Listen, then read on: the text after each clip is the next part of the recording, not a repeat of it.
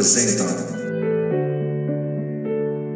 Programa Conversando o Evangelho, um encontro aberto e participativo acerca da mensagem de Jesus à luz do Espiritismo, uma produção da equipe Casa Virtual Luz Espírita. Coordenação Cristiane Nobre Campos.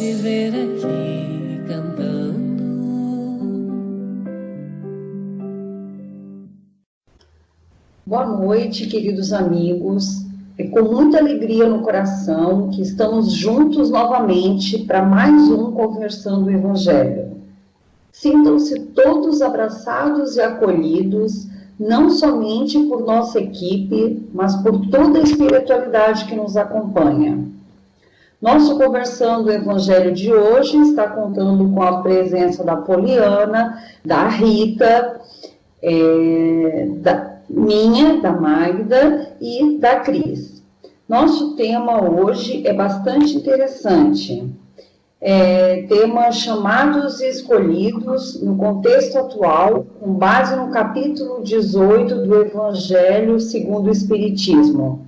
Muitos os chamados e poucos os escolhidos. O trecho do Evangelho será a parábola da festa de núpcias. Nós vamos refletir bastante sobre o significado desta parábola em nossas vidas. Portanto, vamos neste momento serenando os nossos corações, as nossas mentes, deixando que nossos pensamentos se elevem ao Pai e sintonizados com os nossos mentores espirituais, com os amigos da Colônia Maria de Nazaré e todos os espíritos encarnados e desencarnados que nos acompanham, seja para nos iluminar ou para construir e aprimorar o conhecimento conosco, vamos pedir permissão a Deus para dar início ao nosso encontro de hoje com a prece de abertura que será feita pela Poliana. Boa noite, pessoal. Primeiramente, a gente gostaria de pedir que todos possam colocar um copo de água, né, para que os bons espíritos possam fazer a fluidificação durante a prece. Vamos elevar o nosso pensamento a Deus, principalmente em agradecimento por mais um dia, por mais uma oportunidade de refazer a nossa história, por mais uma oportunidade de estudo e trabalho, né? E solicitar que os bons espíritos possam estar conosco nesse trabalho, nesse estudo, nos ajudando, nos intuindo, para que fique claro toda essa concepção, todo esse estudo que o Espiritismo nos traz. Pedimos aos bons espíritos que fluidifiquem as nossas águas e coloquem nelas o necessário medicamento para o nosso corpo físico e nosso corpo espiritual. Mais uma vez, agradecemos a Deus, ao nosso Pai, a Jesus, nosso mestre e amigo, por estar participando desse trabalho. Que assim seja. Que assim seja, damos graças a Deus. E também conosco nessa noite o professor Joel, que não pode faltar de maneira nenhuma, né? Então vamos lá, para que possamos entender melhor esta parábola da festa de núpcias, vamos dividir a leitura do Evangelho em 3 trechos, lendo e comentando trecho a trecho para melhor compreensão. Pedimos então para Rita fazer agora a leitura do primeiro trecho do Evangelho de hoje. Então Jesus, tomando a palavra, tornou a falar-lhe em parábolas, dizendo: o reino dos céus é semelhante a um certo rei que celebrou as bodas de seu filho e enviou seus servos a chamar os convidados para as bodas, e estes não quiseram vir. Mateus capítulo 22, versículo 1 a 3. Bom, então vamos agora entender um pouquinho mais do que diz o Evangelho. Começo perguntando para Poliana, no trecho da parábola que nós acabamos de ouvir, quem eram os convidados no contexto? Primeiramente relembrando a história e depois trazendo aos dias atuais. Bom, então aqui nós temos uma parábola, né, bastante interessante, do festim, da festa de núpcias, na verdade, e nós temos uma figura central, que seria um rei, e que estava convidando, né, fazendo o convite para as pessoas irem à festa de boda do casamento do seu filho, né? Geralmente os casamentos, as bodas naquela época eram festas muito importantes, né, e de grande prestígio, e eram bem grandes, né, bem desenvolvidas. E aí, nessa parte, o que nós temos, comparando aí a parábola de Jesus, essa festa nupcial seria relacionada ao reino dos céus, onde o rei, né, Deus nosso Pai, estariam convidando as pessoas, os habitantes da região, no caso, a participar dessa festa. Os servos, em contrapartida, seriam os profetas, que estariam levando as palavras, a verdadeira palavra de Deus nessa festa, entre aspas. E esses primeiros convidados, quando Jesus comenta, seriam, na verdade, o povo judeu daquela época, que é o povo que foi o povo escolhido por Deus para receber, né, em primeiro lugar, os conhecimentos das leis divinas. Tanto é que os judeus têm uma grande participação nessa época. E fazendo essa analogia, esses convidados, então, seriam os judeus. Trazendo para os dias atuais, eu creio que os convidados, né, esses primeiros convidados, são todos aqueles que têm o conhecimento da palavra, têm o conhecimento das leis de Deus, e de uma certa forma estão buscando ele, né? E aí vamos continuar, aí vou passar para o próximo para complementar a nossa resposta. Perfeitas colocações da Poliana. Gostaria de pedir para a Rita. Rita, tem alguma coisa para complementar? Então, já que a Rita não está conseguindo contato com a gente, eu vou pedir para o professor Joel, que não falou ainda. Por favor, professor Joel, o senhor tem alguma coisa para colocar para a gente, para complementar a resposta da Poliana? Eu gostei muito das colocações que foram feitas pela nossa irmã Poliana, mas é verdade que precisamos acrescentar, enriquecendo assim as informações em termos interpretativos, que o povo judeu era um povo que tinha sim a concepção do Deus único. Nós sabemos disto, mas existiam as outras inclinações oriundas do mau uso que fizeram no seu passado, muito remoto, dentro do tempo, do livre-arbítrio. Não souberam usar a sua liberdade de decisão e se comprazeram na prática do mal. Tanto que sofreram na mão deixando de lado os tempos bíblicos que antecederam a escravidão da vara de Jacó, que constituía o povo hebreu. Eles sofreram muito como escravos do povo egípcio, para aprenderem através da dor e do sofrimento, e sabe-se lá também conseguirem a cura de suas almas doentes.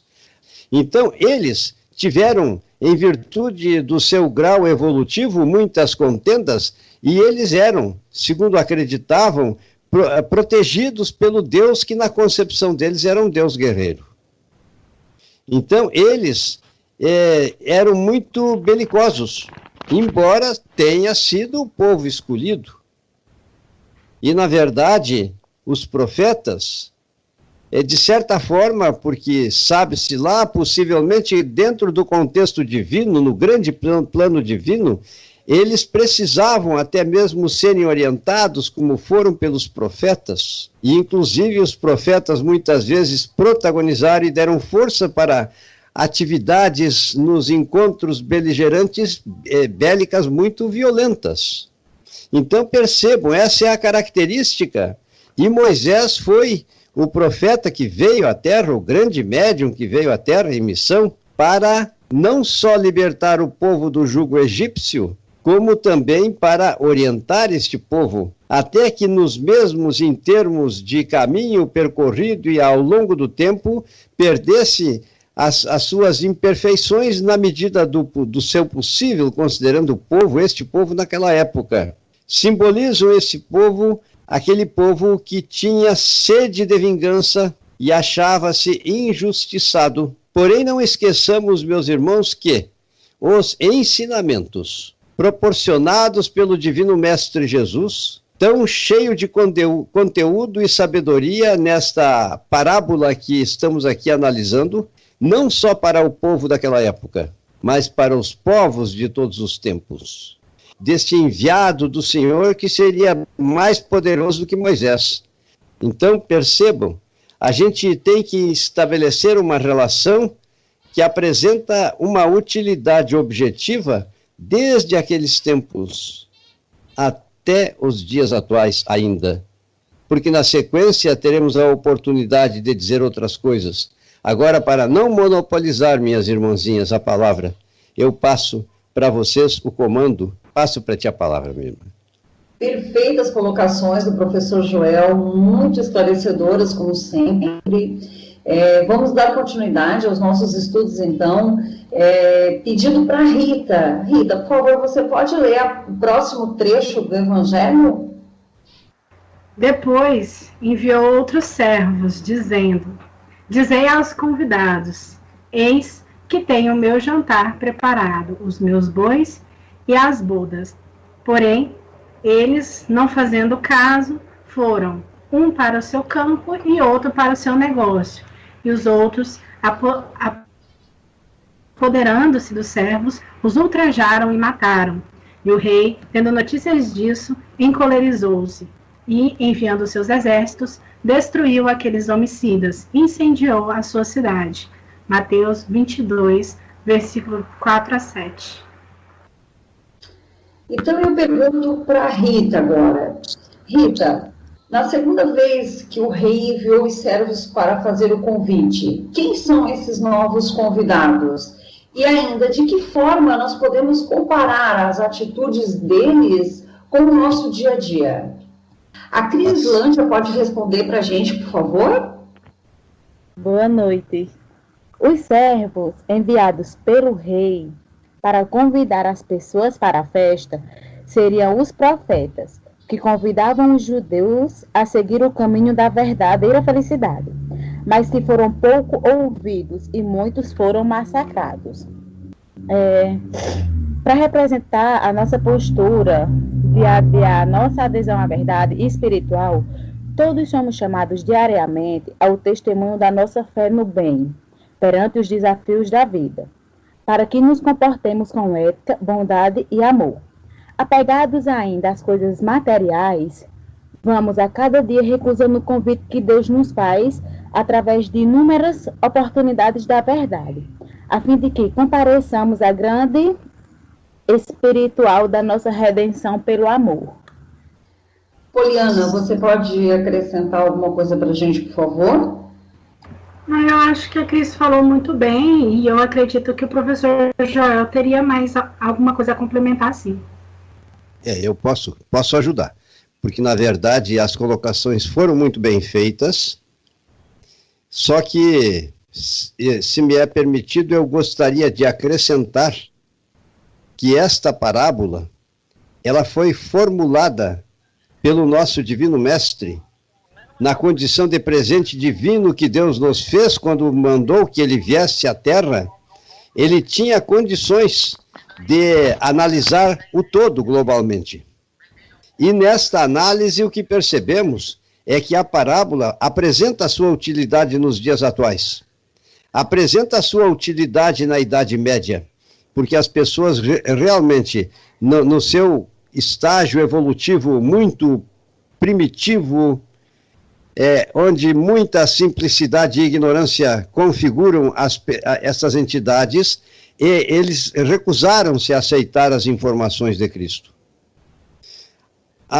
Quanto à destruição dos soldados enviados, ou dos enviados do Senhor, melhor dizendo, que já foi dito com muita propriedade, representam os profetas, como, por exemplo, o caso de João Evangelista na ilha de Patmos, que foi condenado a viver no exílio enquanto era vivo, condenado pelo povo egípcio, me parece, ainda, e ele teve a oportunidade de ter, na sua consciência espiritual, a vivência das visões e das interpretações que precisavam ser feitas, utilizando-se da linguagem daquele tempo e formulando as profecias que existiam no Apocalipse. Ele não poderia imaginar os aviões, mas imaginava que pássaros de fogo iriam lançar ovos, ou melhor, pássaros de aço iriam lançar ovos de fogo sobre a terra. Vejam só, é uma linguagem simbólica, mas que espelha uma realidade. Então a humanidade prosseguiu sendo muito má.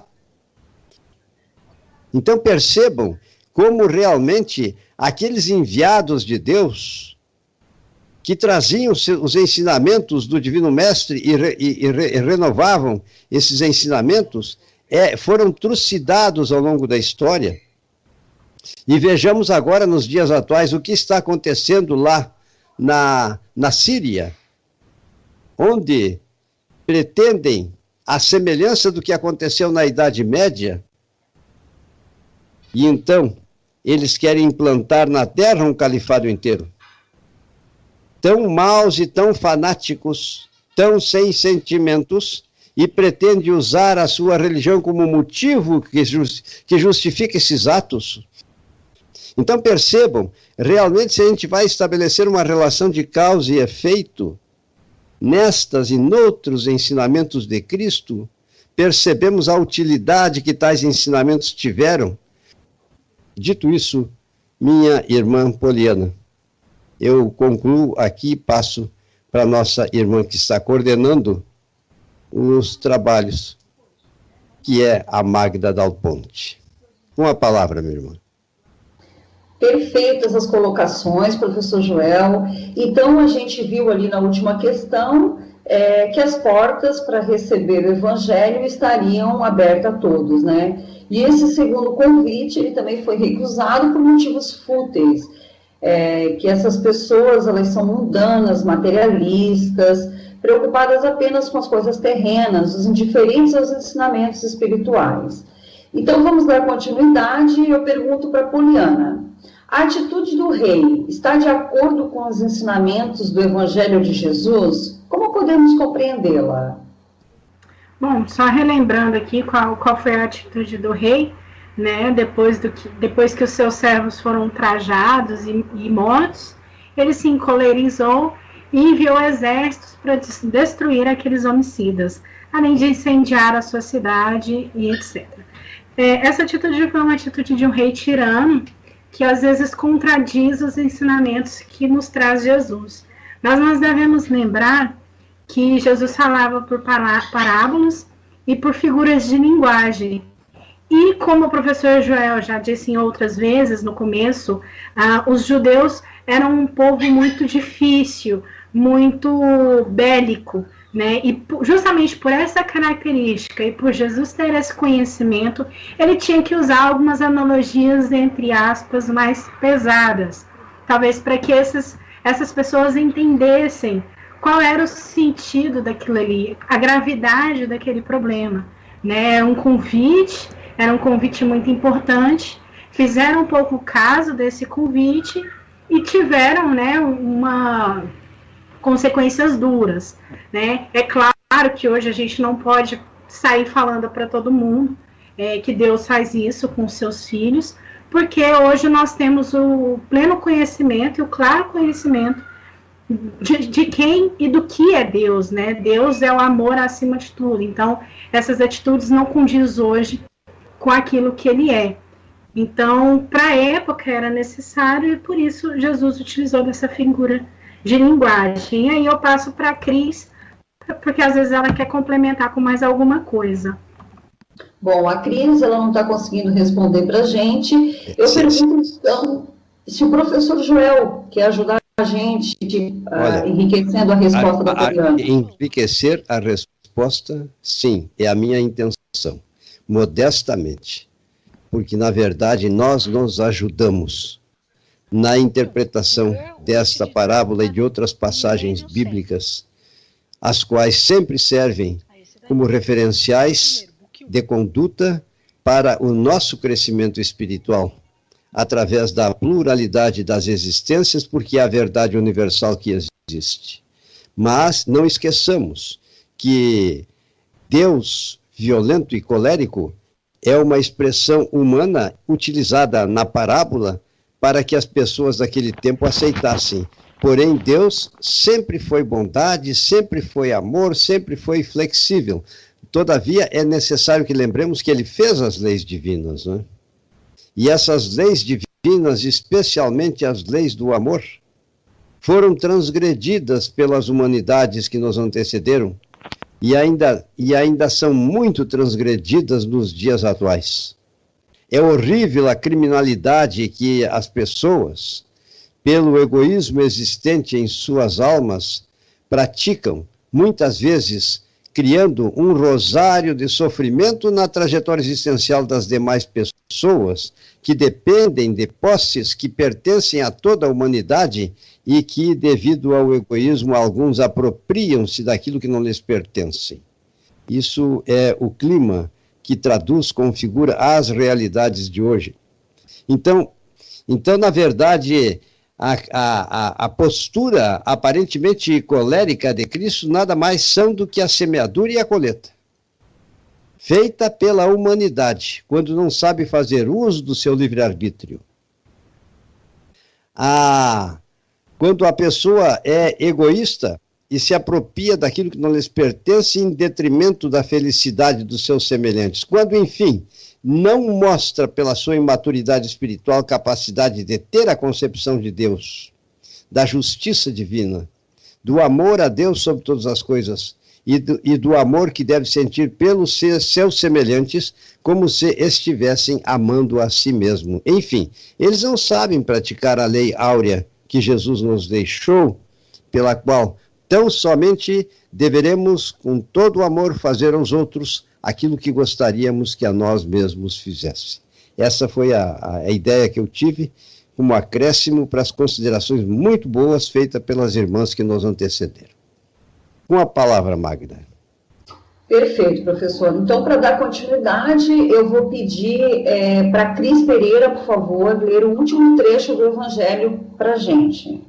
As bodas, na verdade, estão preparadas, mas os convidados não eram dignos. E depois às saídas dos caminhos, e convidai para as bodas a todos que encontrardes. E os servos, saindo pelos caminhos, ajuntaram todos quantos encontraram, tanto maus como bons. E a festa nupcial ficou cheia de convidados. E o rei, entrando para ver os convidados, viu ali um homem que não estava trajado com veste nupcial, e disse-lhe: Amigo, como entraste aqui, não tendo veste nupcial? E ele emudeceu. Disse então o rei aos servos: Amarrai-o de pés e mãos, levai-o e lançai-o nas trevas exteriores. Ali haverá pranto e ranger de dentes, porque muitos são chamados, mas poucos escolhidos. Mateus capítulo 22, versículo do 8 ao 14. Então, Cris, vou perguntar para você mesmo, aproveitando que você já acabou de ler o trecho, aqui nesse último contexto atual, quem são os novos convidados? Tá, não estou conseguindo falar com a Cris, eu vou pedir para a Poliana, então. No contexto atual do trecho do Evangelho que a Cris Pereira acabou de ler, Poliana, quem são esses novos convidados? Quem são os novos convidados nesse novo contexto?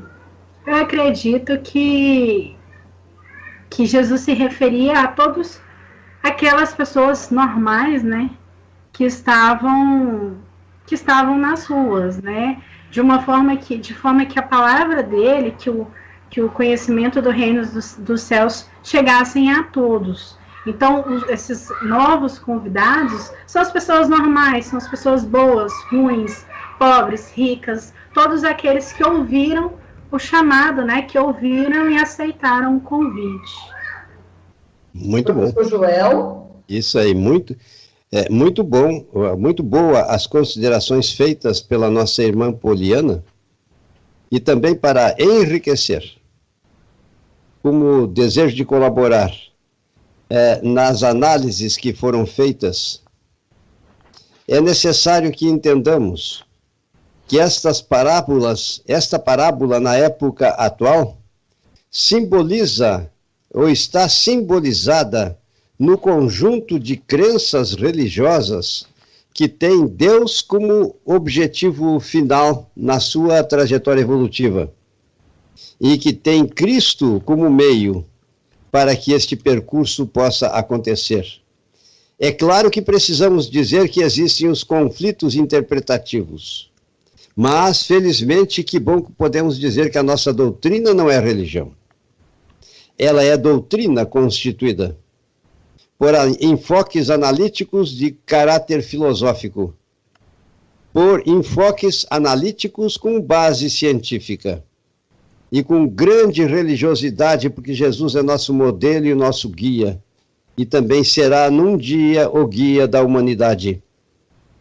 Quando toda esta humanidade tem aceitado os princípios que Cristo deixou nos seus ensinamentos e nos caminhos que propôs que fossem percorridos em termos de aprendizado. Mas num dia chegará um momento no qual a humanidade que está permeada com estas crenças, muitas vezes religiosas, que crescem com a prodigalidade dos fungos, irão perceber que as mesmas também precisam fazer certas mudanças em si mesmo em termos interpretativos. E não esqueçamos que uma das grandes coisas das quais nós precisamos lembrar é que Cristo expulsou os vendilhões do templo. É claro que essas pessoas são protagonistas de bênçãos divinas, quando vão ali levadas pela pureza, pelo desejo intenso de conseguir uma graça do amor de Deus. E até conseguem mesmo. Mas a dinâmica pela qual isto acontece, nós entendemos. Porque legiões de espíritos sábios e benfazejos, nestas oportunidades, entram em sintonia com as pessoas que estão acionadas pela fé e conseguem manipular os fluidos mentomagnéticos e cósmicos ali existentes de forma concentrada. Então, as crenças religiosas merecem o nosso respeito. Todavia, estão permeadas de equívocos pendentes de correções. E graças a Deus que nós, trabalhadores de última hora que somos, precisamos aproveitar todas as oportunidades para disseminar as sementes evangélicas pelo mundo todo, tanto quanto nos seja possível, e no plano espiritual também, para que nós possamos diminuir nossos débitos e melhorarmos as características do nosso manto, para que ele seja um manto branco, puro, resplandecente, verdadeiro manto nupcial, porque somos trabalhadores de última hora e temos a certeza absoluta que o nosso corpo espiritual ainda está permeado de lesões e de registros, dos quais precisamos nos libertar. Eu quis dizer isto, minha irmãzinha, para ver se conseguia dar uma utilidade objetiva em termos interpretativos muito abrangente e que vai depender de análises posteriormente que venham a ser feitas, não hoje, mas quem sabe em outras oportunidades.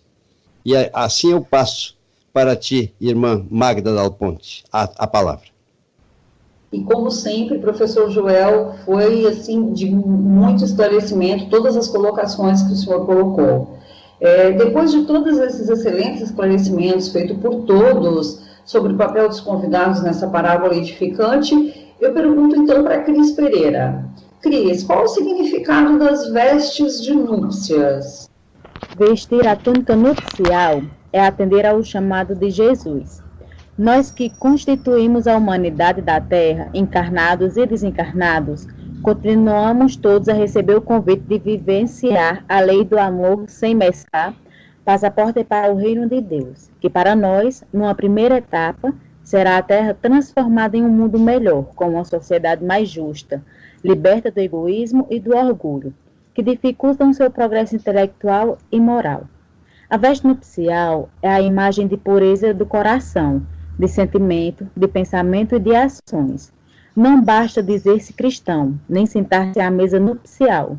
É preciso estar revestido da túnica nupcial. A túnica resume-se nestas palavras: fora da caridade não há salvação. Entre todos que ouvem a palavra divina, poucos os que a aguardam e a aplicam. Eis porque disse Jesus: chamados haverá muito, poucos, no entanto, serão os escolhidos. Passo a palavra. Perfeita colocação, Cris. A Rita também tem alguma coisa para colocar para a gente. Rita, por favor, você pode... Eu acho que a Cris, ela respondeu muito bem, né? Só lembrando, né? Se vestir a túnica seria vestir a vontade de seguir, né? Jesus, de seguir os seus ensinamentos. E buscar aí, só que é vestir de dentro para fora, né? Buscar a reforma íntima, buscar melhorar os hábitos, a moral e tentar seguir da melhor forma possível seus ensinamentos. Professor Joel? Eu estou aqui lembrando da transfiguração acontecida com Cristo na companhia de Pedro, Tiago e João no Monte Tabor. As vestes de Cristo tornaram-se resplandecentes, quando também apareceu Elias e Moisés, num grau tal de resplandecências que ofuscaram as vistas dos discípulos que acompanharam este evento. Ali aconteceu a mostra da túnica nupcial. E já foi dito, e eu concordo com tudo que vocês disseram, porque, na verdade, os dizeres da nossa irmã, eu sempre me atrapalho com a nossa irmã Poliana, tudo que ela disse, a nossa irmã Poliana Vilela, são os meios pelos quais nós conseguimos aprimorar a brancura das nossas vestes, que simbolicamente quer dizer o corpo espiritual que envolve a inteligência pura que é cada um de nós. Pela prática dos ensinamentos do Divino Mestre Jesus, passo a passo vamos conseguindo. Quando estamos nas trevas exteriores, condenados às provas de reencarnações. Bem entendido. Então, na verdade, eu acho que existe esse novo enfoque. Não vamos verbalizar muito a respeito dos mesmos, para não estourarmos o tempo e que fica para uma outra oportunidade, quem sabe, se me for ensejada a chance, né, de fazer essas análises. Mas a eliminação das doenças da alma, que nada mais são do que as inclinações malévolas e as patogenias que se expressam no corpo físico, e isso aí impede que a nossa luminosidade e a brancura exista na nossa túnica nupcial, que é o nosso corpo espiritual, que nos acompanha para o outro lado da vida, quando o corpo físico já não mais serve. Então, para mim também tem, eu peço licença para as irmãs, para dizer que tem esse significado, também tem este significado. E assim dizendo, tomara que tenha dado certo, e passo para ti, Magda, de novo a palavra. Perfeitas colocações.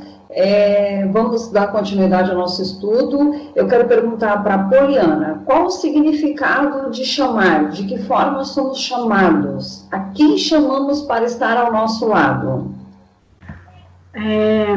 Aqui, né, o ser chamado é justamente o ser convidado para participar, né, para adentrar o reino dos céus, segundo Jesus. E o que seria esse reino dos céus, né?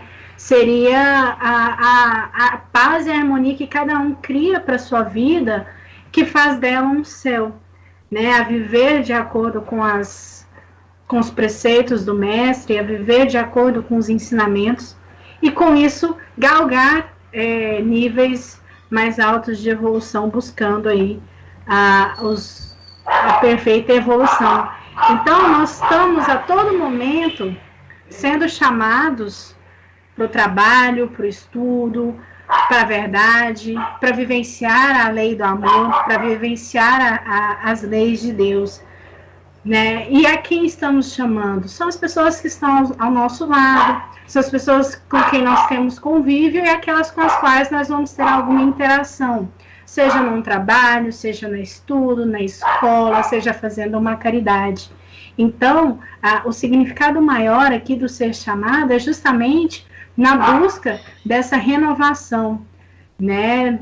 Lembrando também que nós estamos passando por um período de transição planetária, então aqui ainda fica mais forte o significado de ser chamado, de ser convidado para essa mudança, para esse recomeço, né? No caso. Então, nós a todo momento estamos sendo chamados, estamos sendo entre aspas, cobrados pela mudança, pela busca da reforma íntima, da melhora da moral, a fim de que nós possamos adentrar no reino dos céus, continuar, herdar a nossa terra e continuar aí a nossa evolução num planeta de regeneração. Professor Joel? Na verdade, foram tão bonitas as colocações feitas pela nossa irmã Poliana Vilela, mas também, já que me é ensejada a oportunidade, lembremos que toda a humanidade, no momento oportuno, recebe esse convite. Apenas as pessoas esquecem-se, na programação que foi feita antes do seu nascimento, para ter uma existência física, na condição de almas encarnadas, as oportunidades necessárias para progredirem, vivenciando e praticando os ensinamentos de Jesus, e, lamentavelmente, a maioria dessas pessoas esquecem-se, ou deixam para depois. É claro que tem certos objetivos na nossa vida corpórea que precisam ser conquistados por nós. Eu, inclusive, fui uma das pessoas que levei muito tempo para começar a me dedicar de corpo e alma à doutrina, porque estava primeiro atingindo outros objetivos relacionados com a sobrevivência e até mesmo com a aquisição de capacitação para ter uma vida profissional, como de fato, graças a Deus, eu consegui. Mas a gente sempre vai deixando para depois. Então aí está, todos nós somos chamados, muitos são os chamados, mas poucos de nós percebem que precisam aproveitar a sua trajetória terrena para conseguir as condições evolutivas e necessárias para o crescimento da sua alma, porque mais do que os bens materiais e muito mais do que o egoísmo que muitas vezes acontece em nós, são as conquistas que ficam sendo parte integrante do nosso ser espiritual e que nos vão acompanhar para a eternidade. Então, a parábola, mais nesse aspecto, apresenta, vejam só, a magnífica utilidade, porque todos nós somos chamados, ou muitos serão chamados, e poucos serão os escolhidos, porque atingir esse objetivo depende daquele esforço que fazem as pessoas se dedicarem à prática e ao conhecimento, aprendizado e interiorização dos ensinamentos de Jesus. A gente está se esforçando para atingir esse objetivo, e não obstante as nossas imperfeições. E assim, então, eu passo para ti a palavra, minha irmã Magda.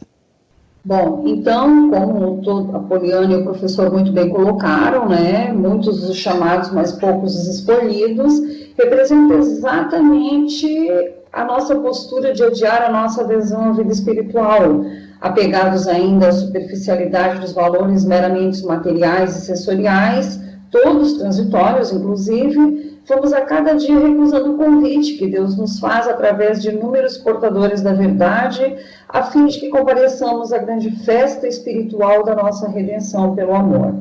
E dando continuidade ao nosso estudo, eu vou perguntar para a Cris. Cris, o que é escolher? Quais as escolhas que fazemos? A quem escolhemos? Escolher, pelo dicionário, é manifestar preferência por alguém ou algo. Fazer a opção entre duas ou mais pessoas. Nós não somos escolhidos por Deus, mas cada um por si mesmo. É o homem quem se escolhe para aceitar os conhecimentos e pautar sua vida sobre os princípios da orientação de Jesus. Portanto, se o mundo está violento, convulsionado, sem amor, não é porque Deus deixou de chamar os homens, mas porque os homens surdos são surdos ao chamado. Não se fizeram escolhidos para estar entre os seres felizes. O chamamento e a escolha dependem da conduta do cristão, que deseja aproveitar este momento de vida na Terra para preparar seu futuro espiritual. Chamados, todos já fomos, porque depende de Deus. Escolhidos, ainda somos poucos, porque depende de nós. Passa a palavra. Não, na verdade, eu só ia falar que a Cris respondeu muito bem. Eu acho que quem complementaria melhor isso aí seria o professor Joel. Pode falar, professor, passa a palavra. Na verdade, não tanto, menos. Mas, na verdade, é claro que Deus não nos convida, mas Ele deixou nos seus ensinamentos o convite formulado. Na medida que nós nos autotransformamos e conseguimos eliminar em nós as imperfeições, e nos decidimos fazer o esforço necessário para, nesta autotransformação, percorrermos o caminho que Jesus propôs em direção a Deus e em direção aos espíritos maiores, nós estamos aceitando o convite que nos é feito, especialmente pelos espíritos superiores, que muitas vezes enxergam a mínima condição em nós para formularem esse convite através das intuições ou mesmo criando oportunidades, na qual a gente vai ter a chance de praticar os ensinamentos do Mestre e vai começar, então, iniciando-se no estudo, com perseverança, dos ensinamentos que Jesus deixou para nós proposto, e que, de maneira múltipla, e nem sempre bem interpretadas, são usadas pelos adeptos das crenças religiosas, com todo o nosso respeito.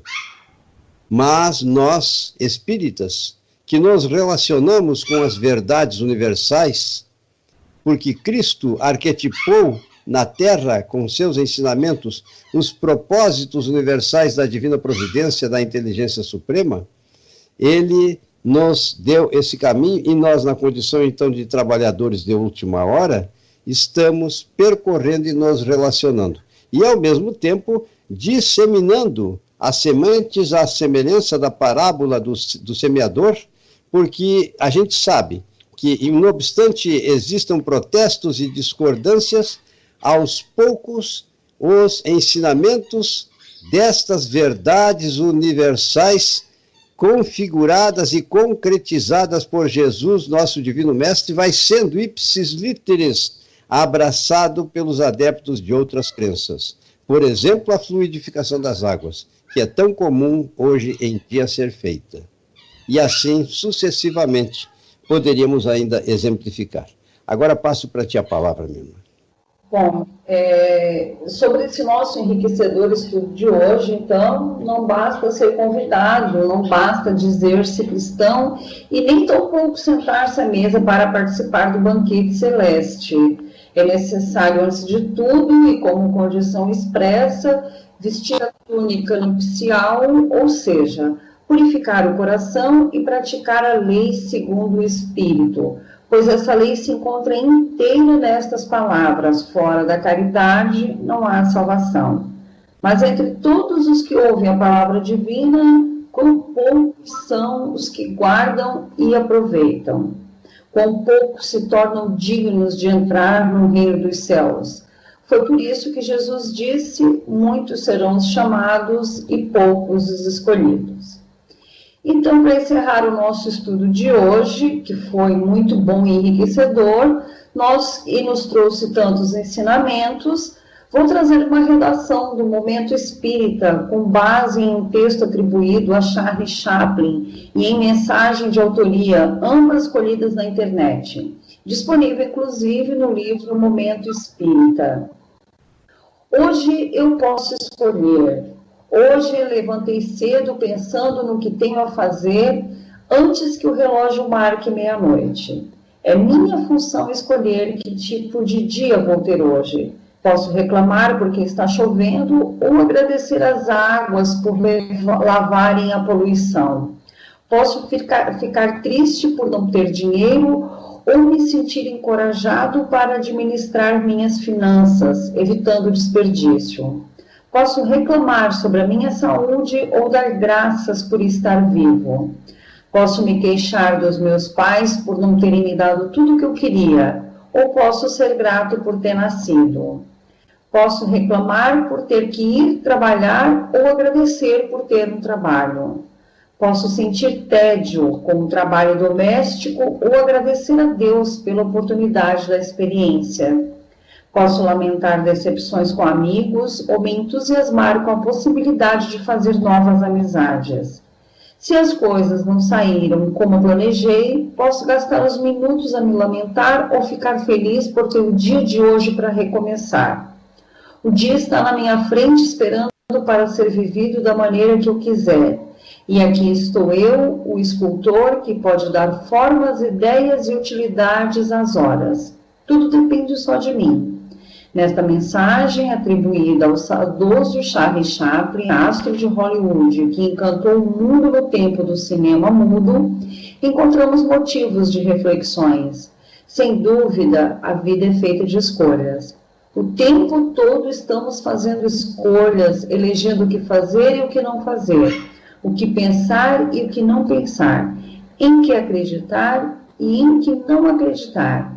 A vida está sempre a nos apresentar opções e as escolhas dependem exclusivamente de nós mesmos. Não há constrangimento algum.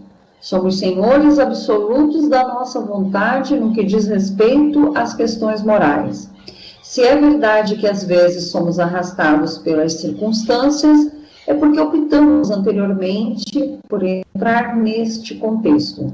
Assim, antes de decidir por qualquer das opções que a vida nos oferece, é importante pensar nas consequências que virão em seguida. Importante lembrar que não estamos no mundo em regime de exceção. Todos estamos na Terra para aprender, e as lições muitas vezes são mais simples do que pensamos. Não imaginemos que as coisas e circunstâncias desagradáveis só acontecem para nos atingir. Elas fazem parte do contexto em que nos movimentamos junto a milhares de pessoas que vivem na Terra conosco. Olhe em seu jardim, as flores que se abrem nunca as pétalas caídas.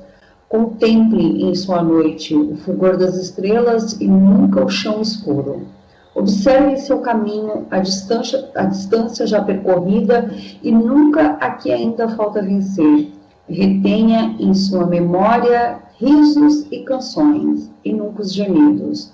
Conserve em seu rosto as linhas do sorriso e nunca os sinais da mágoa. Guarde em seus lábios as mensagens bondosas e esqueça as maldições. Conte e mostre as medalhas de suas vitórias e encare as derrotas como uma experiência que não deu certo. Lembre-se dos momentos alegres de sua vida e não das tristezas. A flor que desabrocha é bem mais importante do que 1000 pétalas caídas. E um só olhar de amor pode levar consigo calor para aquecer muitos invernos. Seja otimista e não se esqueça de que é nas noites sem luar que brilham mais forte nossas estrelas. E com essa redação maravilhosa, finalizamos o nosso estudo de hoje. Peço ao professor Joel que faça a nossa prece de encerramento. Mentores espirituais, amigos, especialmente os irmãos espirituais da Colônia Espiritual Maria de Nazaré, mas também nossas súplicas divulgam-se através do fluido cósmico que envolve a Terra e vai a todos os recantos do nosso planeta, porque sabemos isto pode acontecer. Quando vocês, amigos espirituais, em nome de Deus e de Jesus, potencializam os nossos pensamentos, que verbalizados no espaço atingem grande magnitude e poder de alcance. Então, nestes termos, sabemos que os espíritos sábios, puros e benfazejos, e, não obstante nosso pequeno tamanho em termos evolutivos, têm conhecimento da prece que estamos pronunciando e que destina-se a almejar, a suplicar, a ter a certeza que acontece uma imensa bênção para a humanidade inteira. Porque vejam bem, meus irmãos, vocês das mais altas esferas podem prodigalizar o amor divino nestes termos em nome de Jesus, vibrando em vossos pensamentos e emitindo ao mesmo tempo os fluidos cósmicos, configurados na frequência do amor, para envolvimento dos nossos irmãos que sofrem neste planeta inteiro e que ainda não atingiram o grau necessário para configuradamente terem a purificação do seu corpo espiritual e da inteligência pura que é o espírito de cada um de nós. Um longo percurso nos aguarda, em termos evolutivos.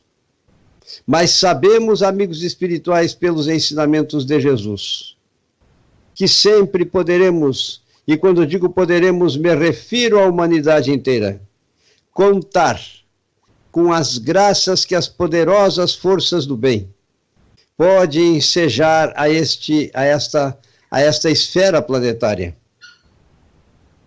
E lá das altas esferas, nas muitas moradas da casa do Pai, também tal evento é uma realidade passível de acontecer. Pedimos, pois, porque todos somos almas imperfeitas, que sejamos ajudados, especialmente nos momentos difíceis da nossa existência, para que, não transgredindo as leis divinas, possamos corresponder cada vez mais às expectativas que vocês depositam em termos de crescimento e aquisição das condições, para sermos fiéis e interiorizarmos os ensinamentos que o Divino Mestre Jesus transmitiu e deixou para nós, a fim de que nos autotransformemos e podemos, assim como é dito em textos bíblicos, a fim de que eu possa um dia coexistir contigo, amado Pai Celestial, compreendendo o vosso amor e sentindo a felicidade imensa usufruída por aquelas entidades que atingiram este grau de crescimento espiritual, porque seremos, com a ajuda de Jesus e com a vossa ajuda, num dia, espíritos puros, sábios e bem-fazejos. Obrigado, Jesus Divino Mestre. Obrigado, irmãos espirituais da colônia espiritual Maria de Nazaré. Obrigado, Maria de Nazaré. Obrigado, Jesus. Obrigado, irmãos espirituais todos, estrelas fulgurantes, que disseminam os ensinamentos evangélicos no planeta Terra. Muito obrigado, irmãos, e que assim seja.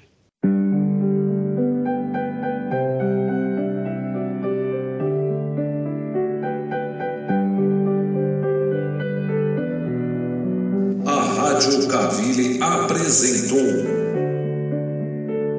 Programa Conversando o Evangelho, uma produção da equipe Casa Virtual Luz Espírita.